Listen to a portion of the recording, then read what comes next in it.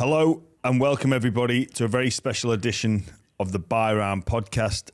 We are joined today by Dr. Scott Goldman. We sat down 6-8 weeks ago and discussed the fascinating world of sports psychology. The conversation I thoroughly enjoyed, and I know a lot of our listeners did as well. He's back on today because during that conversation we spoke about the AIQ tool, one of the architects of that tool, Dr. Goldman. So I've taken the AIQ test and we're going to dive into the results. Before I ask how you are, Dr. Goldman, did I win? Did I win the test? I'll just put it this way. When you put the iPad down, there was smoke coming out of it, but I'm not going to tell you whether that was good or bad. You know, it was like completing the test. It was very challenging, but instantly I'm like, how did I do? What was my results? What was my score? Like, there's this, I don't know whether it's the athlete, whether it's the competitor, whether it's just human nature, and everybody would just have this desire to know. Like, where do I rank? How do I compare? Like, what makes me special? So that, I think what you just highlighted perfectly exemplifies the mindset of the professional athlete. I mean, 100%, that would be one of the most common feedbacks. When they take the AIQ, they put it down, they instantly turn to us and go, how did I do? How did I do? And then, and what's also kind of interesting just from a psychological lens is sometimes when they ask, how did I do? They're like, I did bad, didn't I? And it's like, you have no idea how you did. Why would you automatically assume it was a negative outcome? Or you have no idea how you did. How would you assume it's a positive outcome? Because there's a couple guys that have said like, oh, I did really well. And I'm like, how did you know? I just think I did well. And so one of the things that I always like to highlight is when we designed the AIQ, it was really under a basic concept, which was we believe well-informed people make much better decisions. And that can be a well-informed coach, that can be a well-informed front office, and it can be a well-informed player. So sometimes when I'm describing this to head coaches or front office folks, is I say like, look, the reality is a individual's intelligence exists whether or not we are measuring it or aware of it. It'd be like the same thing like in your living room, you have a couch.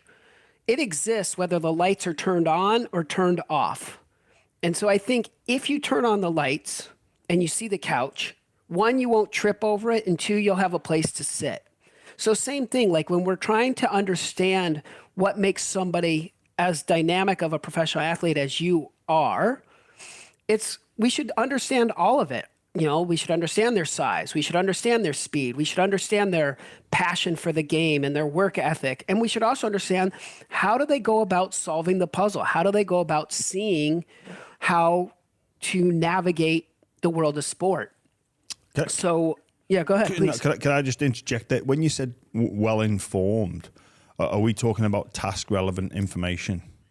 Yes. Not just sports specific. And I like how you say task relevant. It's not just sports specific, it's position specific. And it's within the position, it's that position's responsibility. So, I mean, you know, like kudos to you. You really are a fantastic interview. I'm really excited that we're back together again because you see things and you formulate your mind and your questions towards things that most people just do not pick up on. And the fact that the AIQ is task relevant is such an important capture on your part because it's saying like, we're not just talking about rugby or football or soccer. We're talking about, and we're not just talking about positions like a midfielder versus a forward. We're also talking about what we ask these individuals to do on the pitch, on the field. It is, again, I'm thinking back to the AIQ tool that I guess completed.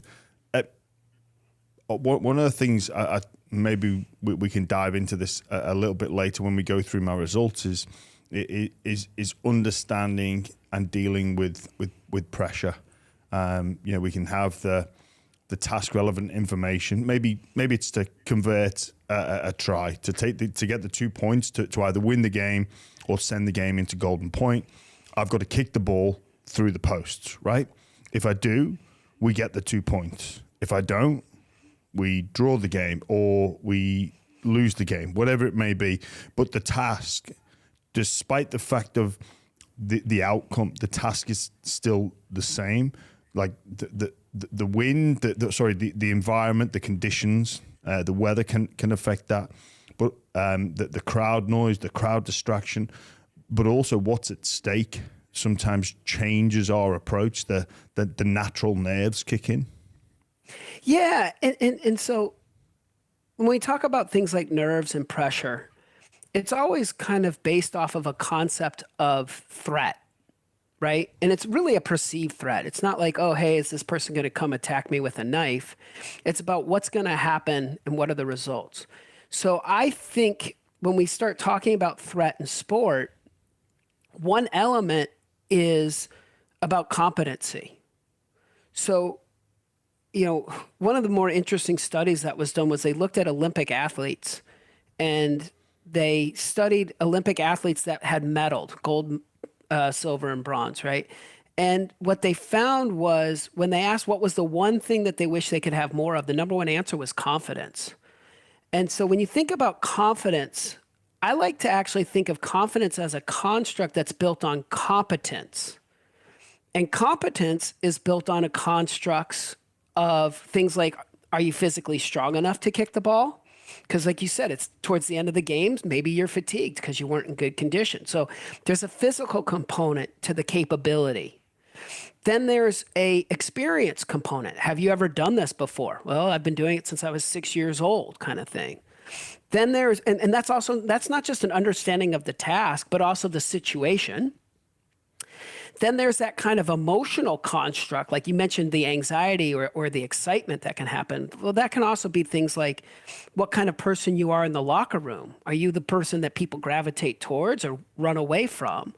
And then the fourth bucket is intelligence. And intelligence is how you go about solving the puzzle. Like you hit the nail on the head again when you talked about like the wind's a factor and you've got this kind of situation that's designed, like maybe the stadium lighting and the angle of where you are in relation to where the posts are. Or even all something like recent strike rate. So if in this particular game I've missed two easier chances and then here I am with a chance to win the game, like how important is recent form or recent results? Yeah. So again, if you want to read about, there's a guy Gilovich who really studied this. And what was interesting was it was kind of like the concept of momentum and the illusion of the hot hand. That's what he wrote about. And what he found was, I like that phrase, the hot hand. Yeah. Yeah. Well, and like you just got to feed the hot hand, right? Feed the hot hand. And so what he did was he followed an American National Basketball Association, so the NBA. He followed a pro team there. And every time a player shot the ball, he either scored it as a 1 if it went in or a 0 if it went out. It was that simple. And then what he did was he looked at when someone made 3 shots in a row, he looked at the percentage of the fourth shot going in. And then if they missed 3 shots in a row, he looked at the percentage of the fourth shot going in. So, excuse me. Sorry, I mean to cough. If you want, you guys can edit that out. What's fascinating was, like, let's say you're a 34% free field goal shooter, which is decent in the NBA. If you make 3 in a row, what do you think happens on the fourth shot? I would say the likelihood of having a successful shot would increase. That would be my educated guess assumption. Right, and that's based off of what? What makes you think you make 3 in a row, you're going to make the fourth one, you're saying? It would be based off probably, from my experience, having what I would call having your eye in. So maybe look at a sport like darts. You okay, we've found our rhythm, we've found my eye. I'm thinking back to my own sport and career. I'm in that zone. I'm feeling quote unquote confident. That's right. And I've got my technique, the feel good factor. That's probably what I would put it down to, making that giving you that answer. All right, now let's flip it. You've missed 3 in a row. What do you think happens on the 4th shot after missing 3 in a row? Are you making it or are you missing it? I'm gonna say that the likelihood again increases. Okay. Which maybe illustrates that you might be an optimist at heart. You just think the likelihood's going to increase on the 4th shot, whether you make it or miss it, kind of thing. Well, you know what? So the reason behind that answer is I'd be more determined to get back on track. Yeah. And I guess the optimist in me goes, every no gets you closer to a yes. But then if I use that logic, every yes gets you closer to a no, which you can do on the first question, I'll be going against that. But I think if you're down, like, boom, you're going to get back up. Yeah. So here's what's fascinating. You think about like man's search for meaning and stuff. One of the things that we do as human beings is we see something and we try to interpret and make sense of it. That's just how our brains work. Our brains are always future minded. We're always trying to anticipate, but we anticipate off of past experience, which is to say pattern recognition is us trying to anticipate what comes next because of what we were exposed to before. Sorry, Scott, can I just say, in this study, so I'm just trying to think about I'm hot, I've got 3 in. I think the likelihood of me taking another shot would also increase.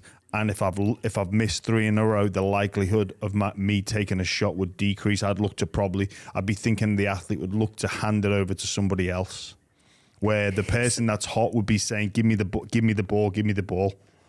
Yeah. So now comes the big reveal. What Gilovich found following players for an entire season, 82-game season, what he found was if you were a 34% shooter, if you made 3 shots in a row, the chances of you making that 4th shot was 34%. And if you missed 3 shots in a row, the chances of you making or missing the 4th shot was 34%. That we as human beings try to make sense of what's coming next based off this historical information that actually has no relevance. That every shot is kind of like, it's like going to a casino and watching the roulette wheel. A lot of times those casinos, they'll have these numbers on the side that show you the last couple of spins so that we go, oh man, it's been red. Let's put all our money on black. Like the casino's just trying to take your money. Because then, I appreciate the analogy because I'm the same. When I go to a casino, that is task irrelevant information. If I'm going to a roulette table, the previous rolls, it doesn't matter because the next roll or the spin of the roulette table is independent to every previous roll and every previous spin and independent from every previous spin that's ever existed in any roulette table on the planet. We could have gone 1,000,000 times and spun 1,000,000 black, but the probability of the next spin is independent of the previous result. But I think with sport, because we are emotional, because we are impacted by these variables that we can't control. And you're saying it doesn't change. So what I'm saying is the most important piece of information in the momentum is what is their field goal percentage? That every shot has the same statistical chance based off their field goal percentage. So when I'm working with a player and we start talking about momentum and we start talking about the illusions of confidence, I say the best thing that you can do is raise your average. See, I think where you and I would be in agreement is you would say where athletes and athletics changes is we can actually raise the average. So for example, if I was just asking you to flip a coin, or as you were pointing out with the roulette wheel, you can't really control that. Like you flip the coin, it spins and then it lands. But what you can do is you can, like in basketball, you can lock your wrist in, you can work on your stroke, your motion. You can do all kinds of things to make you better. And that's what you can do is you can raise your average of 34%. You can go from 34% to 43% to 56%, that kind of stuff. You could take smarter shots. You can improve your technique. And that's where I think like bringing it back to the AIQ a little bit is when you understand how someone processes the game, when you can understand how they go about solving the puzzle and the tactics and the strategy and their approach, you can make them better. You can raise their abilities of what they can do. It's the same thing of like, if you've got a fast guy, you can try to make them a little bit faster through, strength training and conditioning. You can also make them faster by telling them where to go so that they're running to the right place at the right time. You can also get people to be faster by anticipating. Whoa, they're seeing the game unfold and they're saying, hey, if I position myself over here, I think I'm going to be in the right position. I don't have to be as fast physically. I'm processing the game mentally. I think that's the old Wayne Gretzky saying, skate to where the puck is going, not where it is. I would love to see what Wayne Gretzky's AIQ score is. That's one of those people where it would be amazing because my hunch tells me that his cognitive ability, in addition to his 1 million reps of just being out on the ice for a lifetime, I mean, those two things combined, like I just don't think he was ever in a situation he couldn't solve out there. Brilliant.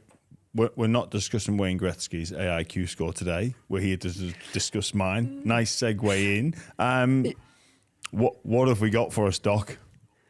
So when I interpret the AIQ for both players, and so one thing is I'm a big believer in authenticity and transparency and consistency, So what I would tell a coach is what I would tell a front office person, which is what I would tell a player, versus trying to create a story or a narrative to the front office player, to the front office, player personnel talent evaluator that says like, oh, this guy's bad news or this guy's horrible. And then tell the player, oh no, you're fantastic. I mean, one thing that I point out is, and one of the things that allows us as an entity, as a group, to be consistent, authentic, and transparent is the AIQ is designed for delivering a description of a person's capability. It's not a prediction. If I could predict in sports, maybe going back to the roulette wheel, I'd pivot from the roulette wheel and go straight to the casino's sports betting book, right? Like, everybody talks about the New England Patriots and what geniuses they were for drafting Tom Brady in the 6th round. I'd make the argument if they were true geniuses and they knew Tom Brady was going to be Tom Brady, they should have traded every draft pick they had for the overall first pick and got it. The fact that not only did they not take him 5 times before actually taking him, but 31 other teams passed him 5 times as well. So, when it comes to trying to understand sport and high performance, I think it's about the more you can increase the fidelity. It's like kind of like going from a regular TV to a high definition TV to a 4K TV to an 8K. Like the more we can kind of increase the understanding and the capture of the person, then we can really maximize the player. So the first thing that I do, whether I'm talking to any one of those 3 entities. Sorry, Scott, can I just ask, just on that Brady example, is that about drive? Well, I think it's about a lot of things. I think, why did every team miss on him 5 times is noteworthy. And then I think, what is it that caused him to succeed beyond his projection is noteworthy. Is it about drive? Yes. Is it about intelligence? Yes. Is it about physical capability? Yes. I think it's about all of it. And I think my point is, as much as we want, again, going back to that living room and knowing where the couch is, as much as we want to turn on all the lights so we can see every nook and cranny in the room and fully understand every aspect of sport, there is still a moment where we're just not going to know everything. And that's what makes sports so beautiful is its unpredictability. That's why we watch it. It's the greatest soap opera ever written. You know, we keep coming back for more. and we love every story that's portrayed in it. So, you know, the thing that I thought was interesting was prior to, you know, my partner Jim Bowman and I creating the AIQ, people were making all of these decisions and managing all these things about the game without having vision of what I think is a really important part of it, which is your ability to process the game. How do you understand? Like, again, anticipation, pattern recognition, decision-making, the ability of understanding the flow of the game. Like, I know you've had teammates and maybe even yourself where they come off the field and they go, it just made sense to me. You're like, how did you do that? And they go, I don't know. It just kind of made sense to me. Well, that's a form of intelligence. I mean, intelligence is us knowing how to pass the ball through defenders to get to a teammate when other people don't see that. You know, like one of the quotes by Schopenhauer that I absolutely love is he says, talent hits a mark that no one else can hit, but genius hits a mark that no one else can see. So I think highly intelligent athletes can do things that other people can't do because they see things that other people don't see. And some aspects of your score, I love how I get to tease you by not giving you your scores yet, but some aspects of your score, they're like straight up genius level scores. I mean, it's really impressive stuff. Yes, I'm a genius. In certain areas, for sure. And there's other areas that I would decide and define as a wobble, you know, areas that you have to compensate for. But there's always, like every problem has a solution. And then every solution has a new set of problems, right? So that's what we do is we just kind of, we help inform. So going back to the interpretation, whether I'm talking to a front office person who says, should we take this person or not? So let's start there. Let's start with like, almost like as if you're a rookie and you're coming in. So we start with the front office person goes, should we add this person to the team? When a front office person asks me that question, I tell them that if they want me to tell them who to take, then they should pay me their salary because like this is hard. And when I say that to like a GM, they'll often laugh. And I think that what they really do is they appreciate the fact that I am not trying to think that I'm smarter than them because I'm not. The second thing that I always point out is this is one piece of the puzzle. Like some people do it with size. Some people do it with strength. Some people do it with drive. So it's just about understanding the person in a holistic way. So then the next phase with the talent evaluator, like the GM, is I say, here are some things to know about this person. Is this person a good fit for your system based off of what he can do from a cognitive standpoint, from an intelligence standpoint?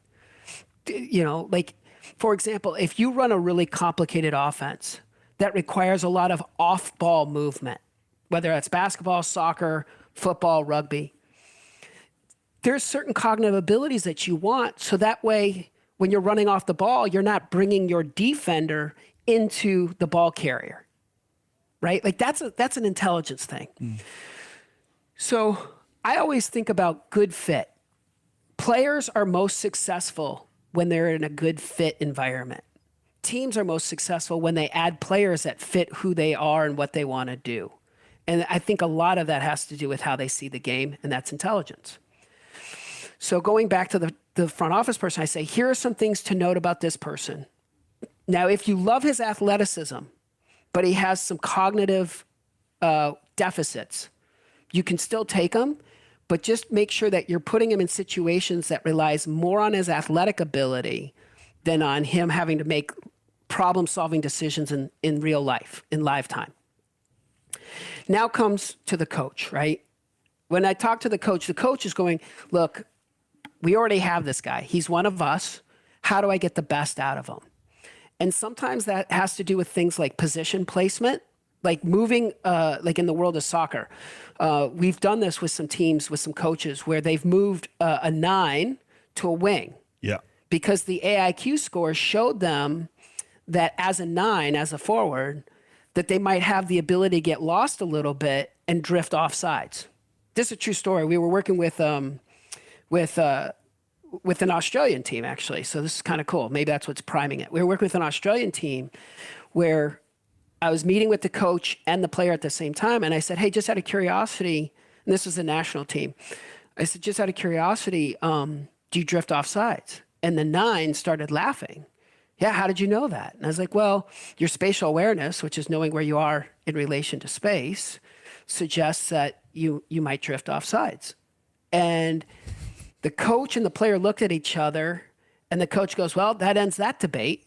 And I go, well, what debate? And the coach said, I want to play the player at the 9, but the player said at their club level, at their professional club level, they played as a winger. They relied more on their speed. Yeah. So what the club coach had figured out through longevity of working with the player was, this person drifts off sides, I'm going to move him to the wing. Whereas the national team, the World Cup team coach only had a couple of weeks with them at training camps, didn't have as much data points, and had to make a decision with less information. So they moved the player to the 9. They moved the 9 to the wing. So one element of talking with coaches is like, all right, where would this person best fit? What position might they best be played at? Another one is like, okay, but how do I teach them? You know, when Jim and I created the AIQ, it really came from the concept that coaches are teachers and players are learners. So we talked a lot about how can we help a coach best understand, like if we're showing game film, do we just let them watch the entire film, or do we have them track a certain player or a certain evolution of the play? How do we teach them best? Do we teach them out on the field through reps? Do we teach them in the classroom where we can minimize impact on their body? Things like that. And then when it comes to the player, we do a lot of that kind of dialogue too, of like, here are some things that might help get the best out of you. So this will be a story when I was working with a team in the NFL. The player had a low score in multiple target search. And notice, like, I use my language purposely. We talk about high scores and low scores. We don't talk about good or bad. And the reason why is, like, you can have low scores on the AIQ and still be a phenomenally productive player. You can have high scores on the AIQ and have, 5 surgically repaired knees, and that'll factor, kind of thing. So I always just talk about, like, we just want to understand how you do what you do. So when I sit down with the player, I'll say, we want to understand how you do what you do so we can have you do it over and over and over again at the best of your abilities. And so we start with an idea. So this player had multiple target search, ability to scan and look for minute details. His was low. So what was funny was, as I was explaining it to him, he starts smiling. I said, what's so funny? He goes, is this why I can never find particular shirts before I got married? And I was like, well, that's kind of a weird connection, but explain it to me. What do you mean? And he said, well, before I got married, if I was looking for a shirt, I couldn't find it. When I got married, my wife looked at my closet. She said it was an absolute mess. And she categorized it. She put the reds here, the blues here. And then within those colors, she put like the polos in the front, the button downs next, and, collared shirts behind it kind of. So she was creating a system for him that helped him track, because he wasn't good at tracking information. So I said, yep, that's multiple target search in a nutshell. And he said, okay, how does that relate to the NFL? I said, show me your notes. Because, when at practice and installs, they take notes. Sure enough, it was as much of a jumbled mess as how he was describing his closet. So I said, here, let's do this. I said, grab 3 pens, a black pen, a blue pen, and a red pen. If it's a run play, make it blue. If it's a pass play, make it red. And if you're just a blocking assignment, make it black. That way, when you're reviewing your notes and you're trying to recall, like, what am I supposed to do on this run play? Just look for the blue ink kind of thing. He's like, Doc, that's brilliant. I was like, it's not that brilliant. It's just when you have the answers to the test, when you know what someone's strengths are or what their wobbles are, then you can start to cater to them and design things that cost no money. Like having 3 different colored pens doesn't cost any kind of significant money. And it can just unlock a player. It's great. It's an absolute gift. So like I said, I've been teasing you, and I'm happy to go over, sometimes when I meet with a player, and I'm going to treat you like a player more than a coach or a front office person right now, unless you want me to switch roles with you. No, I'll keep my player's hat on. So I always like to start with, what question do you most want answered? What would you most like to know? Oh, probably, you know what? The question I'd most like to know is, am I best served? You telling me my strengths and going after that to make me like a total expert in that particular area and dominate in that particular area, or am I best served topping up some of my perceived, not weaknesses, but lower areas? Like where okay. Like I always think about, there's a lot of people in that average, and then very few stand out, and we've all got our deficiencies. But I always kind of think if we focus on what makes us stand out, we have more effective outcomes rather than being a jack of all trades and master of none. Is that the correct way of thinking? Sure. So first of all, love the quote. What's interesting about that quote is it actually has a second part to it that people never reference, which I think is noteworthy, which is jack of all trades, master of none, which is better than being a master of one. So everybody thinks that the idea is like, oh, is it better to be a jack of all trades versus not being good at anything? But it's like, it's actually better to be good at everything if you can, is sort of what I think Shakespeare meant. But anyways. Also, there's the, I can't recall the author, Why Generalists Triumph in a Specialized World. I know this. Like I've read the...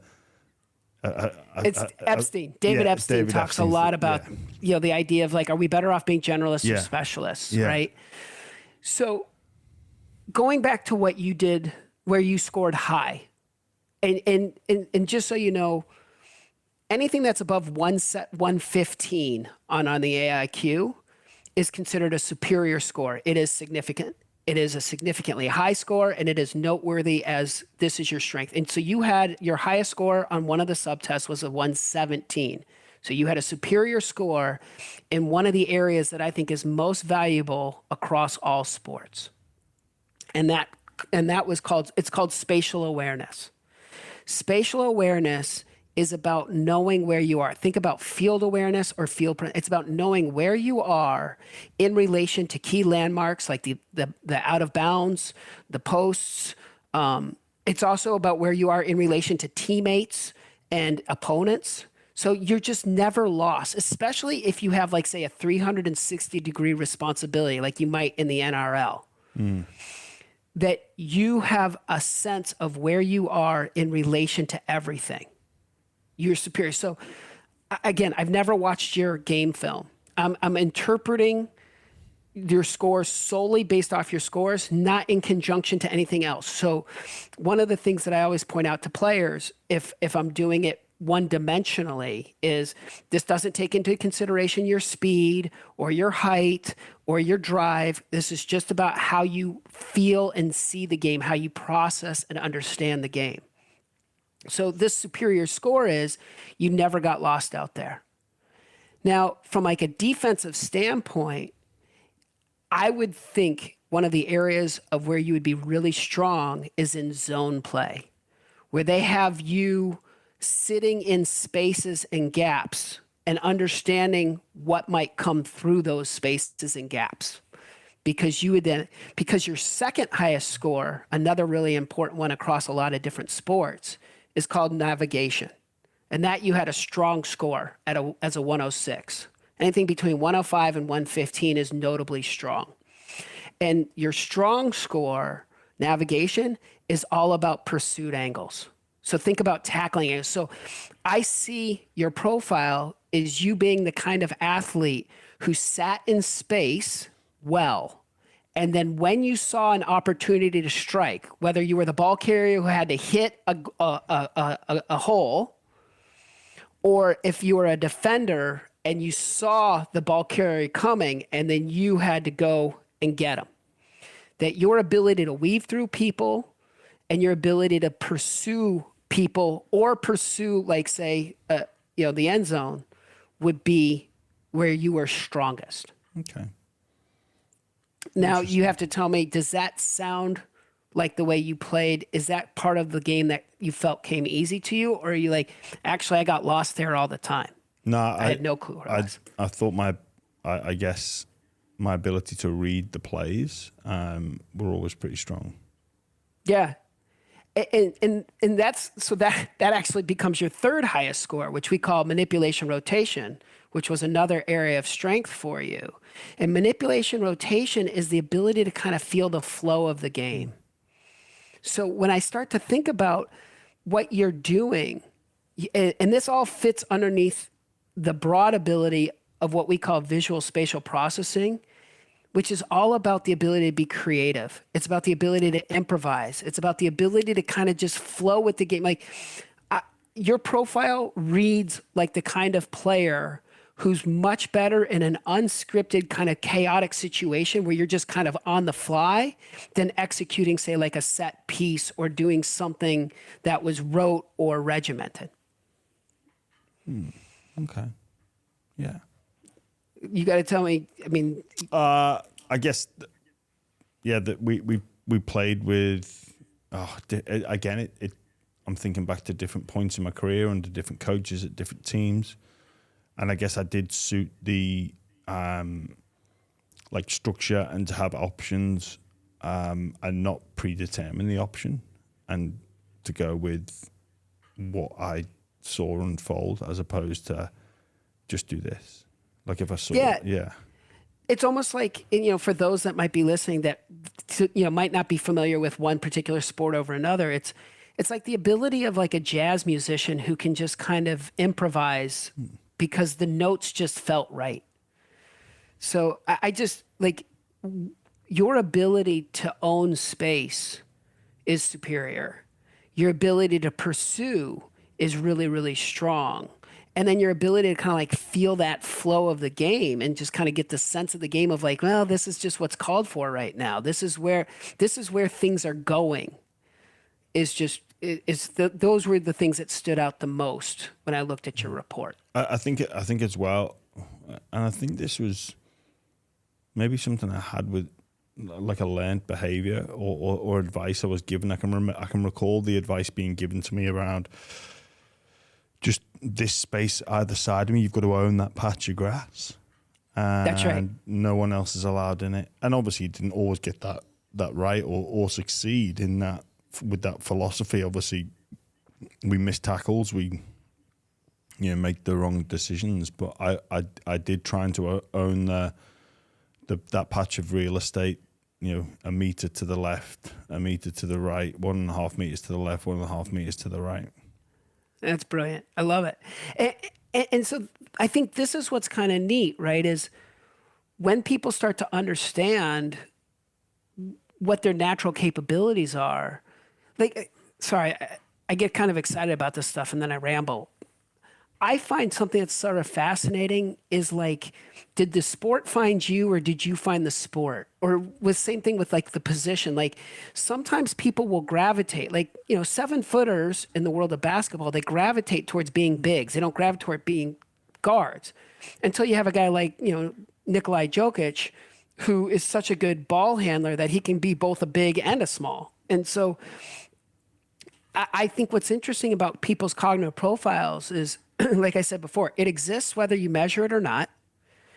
And you find that people who are successful, kind of like the guy knowing about his wife rearranging his closet, like people find ways to succeed without even knowing it.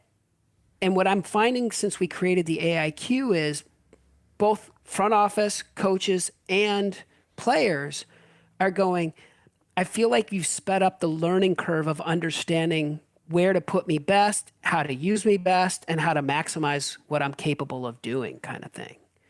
And that I get really excited about. So, it goes back to the idea of like, some people are just built for being thumpers. Some people are just built for being props, and others are built for being, the fast guy on the wing, a winger and stuff like that. And so, regardless of sport and sport knowledge, it's the idea of like, God, did this find you or did you find it? And is that really about just pieces fitting, like square pegs and square holes kind of thing? So it makes sense to me. Like, look, I will be the first to tell you that my understanding of rugby, you could probably fill a thimble cup with. But as I understand kind of like the role of the prop, it really is a lot about you being strong and powerful and being very efficient with your movement. And navigation has a lot to do with you taking purposeful direction, taking really good pursuit angles so that you're efficient with, like, when there is a hole, you hit it. And when there is someone that comes into that space, like you said, a meter to the left, meter to the right, when someone enters that space, you get them. So those are the three things that stood out as your strongest scores. A fourth nuance is your ability to focus was at a high level. When we were measuring your reaction time, which is like your speed to respond to a stimulus, think like the starter pistol goes off and you're off and running, your scores were well within the norm of a professional population, However, your focus was at an extremely high level. So, and that was both when it was simple, like you see it, you hit it, and also complicated, like when you have to like have a false piece of information. So in the world of sports, we talk about like a jab step or a juke or a false move, right? You improved on your ability to sustain.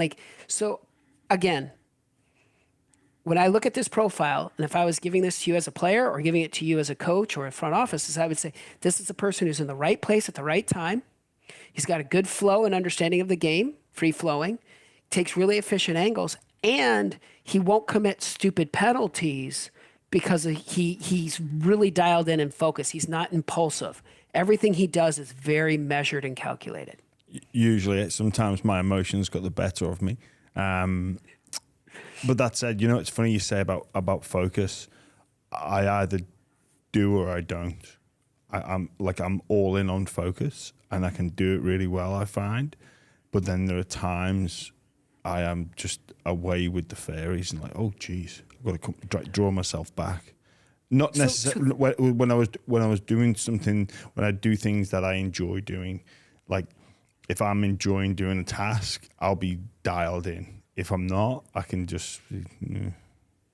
Well, and you just hit the nail on the head. So this is a great example of where the AIQ, I think, does a lot of good. And where I get really excited, and I'm just proud of what we created, Jim and I, is there are times where a coach is convinced this player is a lollygagger or this player, is a suck ass or whatever the case, phrase you want to use.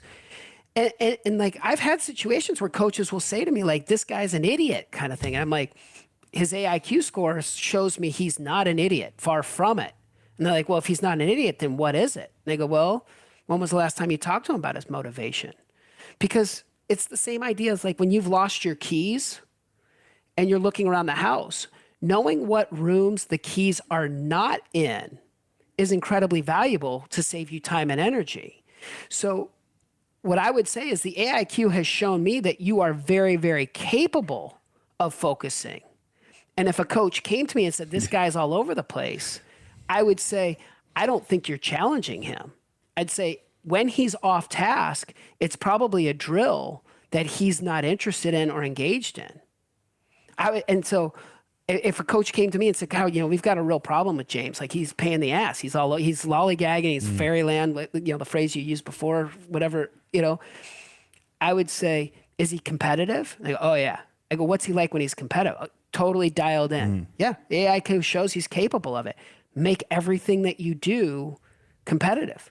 Challenge him constantly. Make your practices competitive. Make sure that he's always in there. And then to your point, when you go, well, but sometimes he might get too emotional, he might lose his cool.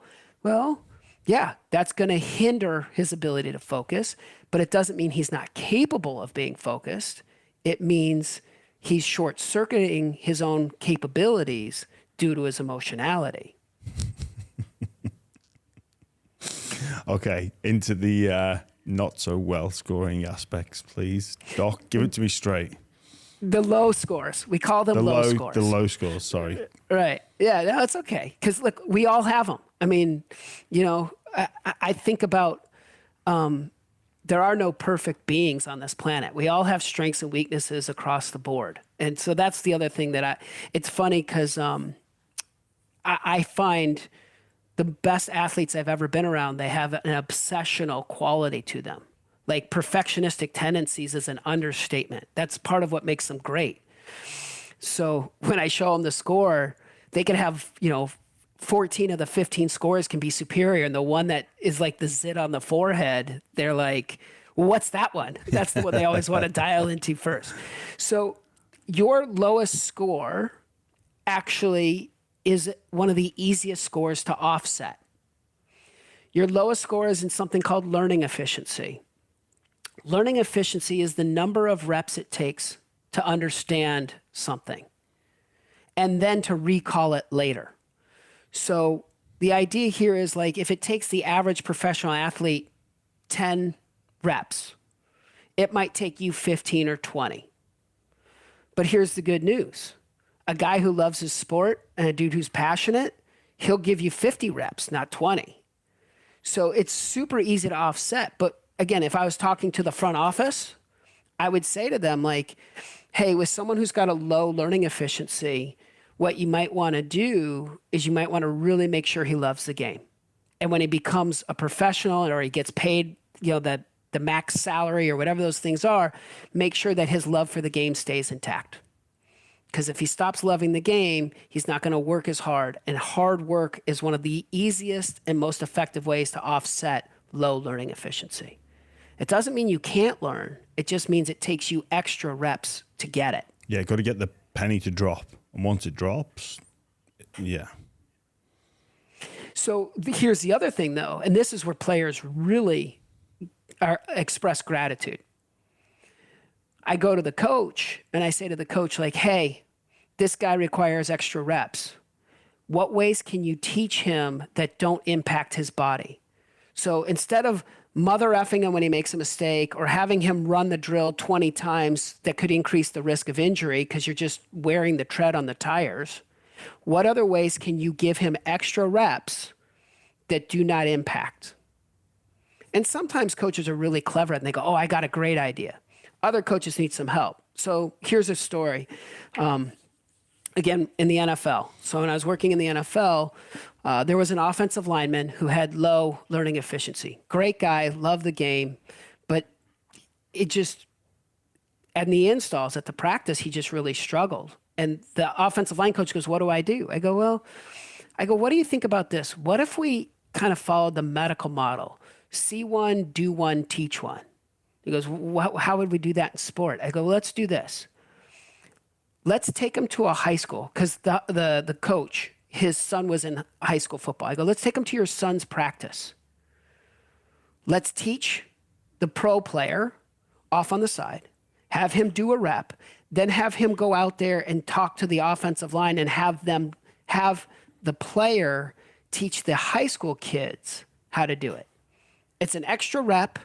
It forces him to regurgitate the information, and it doesn't impact his body.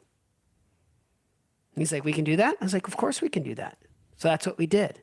And then we came up with other ideas too. Like we had him record conversations between the coach and the player on his cell phone using the voice memo feature. So that way he could go back and listen to it. Another thing I encouraged the coach to do is I said, try not to be long-winded. Try not to give him every piece of information. I think sometimes coaches can over-explain something, especially when they think it's an important point, when actually you want to do the opposite with someone with low learning efficiency is just give them the answers to the test, give it to them as succinct and as simple as you possibly can, just be real direct, bullet point everything. Like a building of the jigsaw puzzle, just piece by piece. Yes. And as certain pieces lock, you can then build on that, right? Like get the edges first. And then it you all can just, kind of work. clicks into gear. Yeah. Okay. And what's really cool is like with your profile, because of that strong visual spatial processing that we were talking about earlier, your ability to kind of improvise out there, it wouldn't surprise me if at times throughout your career, you did these amazing things. And then the coach was like, well, wait till I get you to do the things that I want to like put you in my system. And when they tried to put you in a system where you were now, instead of just being able to improvise and free flow, but you were actually trying to recall what they wanted you to do, that actually slowed you down and might have led to more errors. So another thing that I think would be liberating between the coach-player relationship dynamic is, hey, let this guy cook, as they say. Just let him go out there and play, and let him be creative, and let him improvise, and let him just be a genius out on the field. And instead of trying to like slow them down. Now, the other thing that can happen, especially in sports where you can have a longer career with the high work ethic, sometimes your low learning efficiency people, they can become your captains and stuff, not because they have this tremendous ability to recall like, oh, this is what we did 4 games ago, but because they're so committed to the sport that they don't try to master anything else. So I think what's kind of interesting is, like you've shared with me that you're an avid reader and that you really love, I think you have a quest for learning. My gut tells me one of the reasons why you have such a quest for learning is that's your compensation strategy for the low learning efficiency, is you're going like, I actually have to study a little bit harder. I have to work a little bit harder than the person who goes, yeah, I got it. You have to ask the question, why? You have to explore and understand, like, your reference of the jigsaw puzzle is a perfect way to reference kind of a guy who's successful with low learning efficiency is, I needed to lock things in and then build, but that required more effort than the person who's just like, I see the whole picture. Yeah, I think it's a very good assessment. Good and excellent analysis, yeah. Well, we didn't bring this thing to market. It took us 15 years to develop it. And we looked at all kinds of things. We looked at not just athletes, we looked at firefighters who had to like scan for threats and danger, or military personnel. So, what we hoped was we could find a comprehensive way of helping people understand how they process unpredictable, unsolvable situations. So it's really cool in how it can help and when it helps people. Yeah. It's interesting. It's got the wheels spinning. Is there anything else from my particular test that we can wrap things up on? Yeah, there was one thing that is really unique and kind of cool. Your multiple target search was pretty good. And your target comparison was the other low score. You had learning efficiency that was low, and then you also had the low score in target comparison. So when it comes to decision making, multiple target search is almost like a multiple choice test, whereas target comparison is like really comparing and contrasting things. Are they the same or are they different? So you are significantly better at scanning and looking for important details, whether that's scanning on an opponent and going, oh, look, he just dipped his shoulder. I'm scanning his whole body. I saw he dipped his shoulder. I think he's going to go left, versus comparing 2 pieces of information. So going back to it, like, let's say you're holding space and 2 players were to enter your zone and you had to choose between the 2 players of which one to mark or defend. That would be much harder for you than if actually 3 players came in or a whole bunch of players came in and you had to decide between the chaos. You'd be able to pull out important information inside the chaos. Much better, like a scrum kind of thing. Yeah. Okay. And that you just don't see that very often, but I thought it was kind of cool. And again, going back to the talking points. So I was working for an NBA team, and they had a player that had a similar kind of difference there. We wanted to work on his shot. So one of the things that the team was doing was they were putting his shooting motion next to a player who had perfect shooting motion side by side, and kind of doing like, can you compare and contrast these two? And he really struggled with seeing the difference. So they are asking me, they're like, Scott, what do we do? Because I had given that suggestion to a previous player who had high target comparison. So they were just making this a universal teaching mechanism. And I said, no, this guy actually has low target comparison. So this is not a good thing to do, this compare and contrast. But he's got strong multiple targets. So they said, what do you do? I said, take the comparable off and just focus on his shot and highlight the different details of like his shoulders, his stance, his legs, his footwork. So that way what he could do is he could scan the whole image and look for a minute detail way better than comparing two pieces of information. I really like that. So player A and player B had the same issue. Player A needs that compare and contrast, and player B needs the individualized coaching, like look at this particular part of your game. Don't. Yes. Yeah. That's incredible. And that's, yeah. So you used a phrase there about like universal learning or universal coaching. It's not a one size fits all operation. well, I think what we're learning right now, at least in North America, I'd be curious if it's similar in Australia, but like in North America right now, there has been a real shift in power. Players have a lot more power. They have a lot more say in where they can play, both at the collegiate level and at the pro level. You know, with free agency, NIL, transfer portal, like so players can say, I don't like this, I'm going somewhere else. Way more than teams can sort of keep a player in place in North America. And so one of the things that's happened in North America is I think coaches that are figuring out how to maximize a player and how to relate to a player are having the greatest success right now. And so the old school mindset was, do your job, do what I tell you. I'm the coach. You know, this is like, we're going to think like the military. I'm the commanding officer. And when I tell you to jump, you say how high. And when they do that now, the player goes, I'm going somewhere else.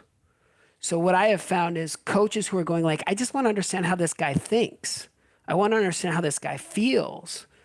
Then they go, oh, so I can't do this, compare and contrast to everyone.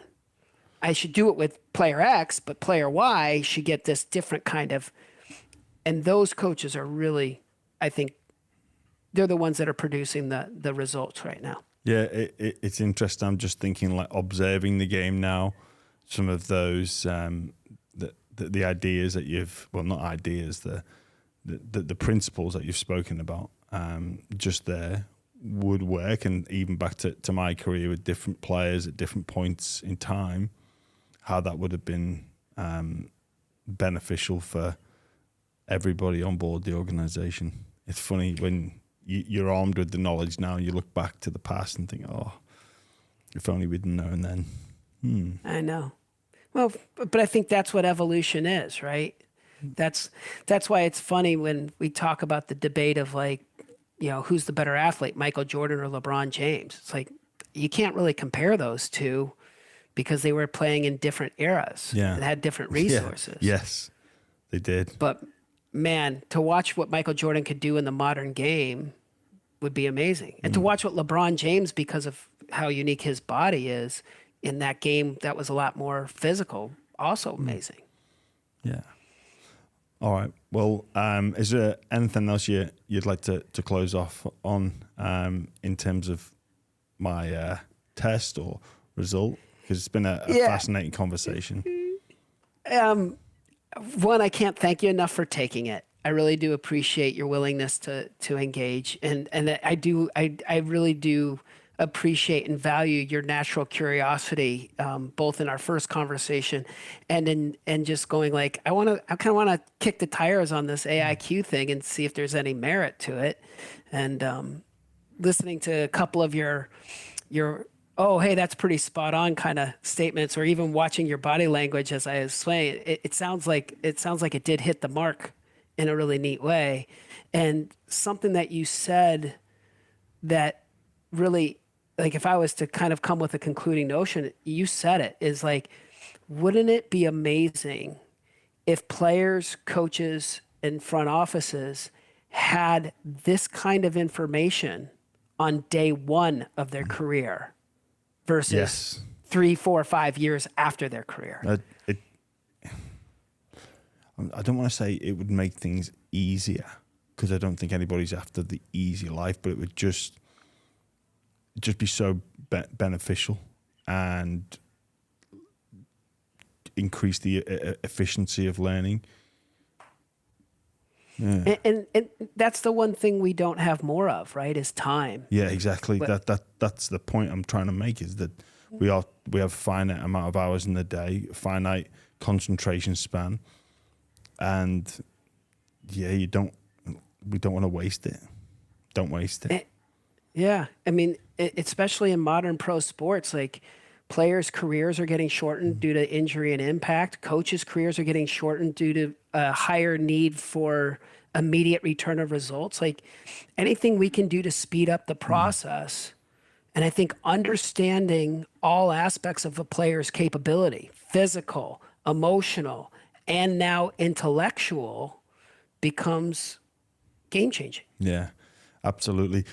All right. Well, Doc, if there's one thing I am going to take from this conversation, it's the fact that you said it, not me. I'm a genius. So I reckon that's the title of this episode. James Graham is a genius. I'll be telling everybody officially recognized genius status. So for that alone, thank you. Wishing you all the very best during this holiday period. Obviously, Thanksgiving has been and gone, and Christmas around the corner. But thank you so much for rejoining us on the Buy Round. And I think any organization, professional, business or sporting or anywhere in between would sincerely benefit from the AIQ and the services of yourself. So thank you so much for taking this time to go through those I guess, results or scores with me. Oh, this was an absolute pleasure, and it's an honor, and it's great to reconnect. I value our conversations a ton. Yeah, it's been fantastic. All right, Scott, thanks for joining us on the Buy Round.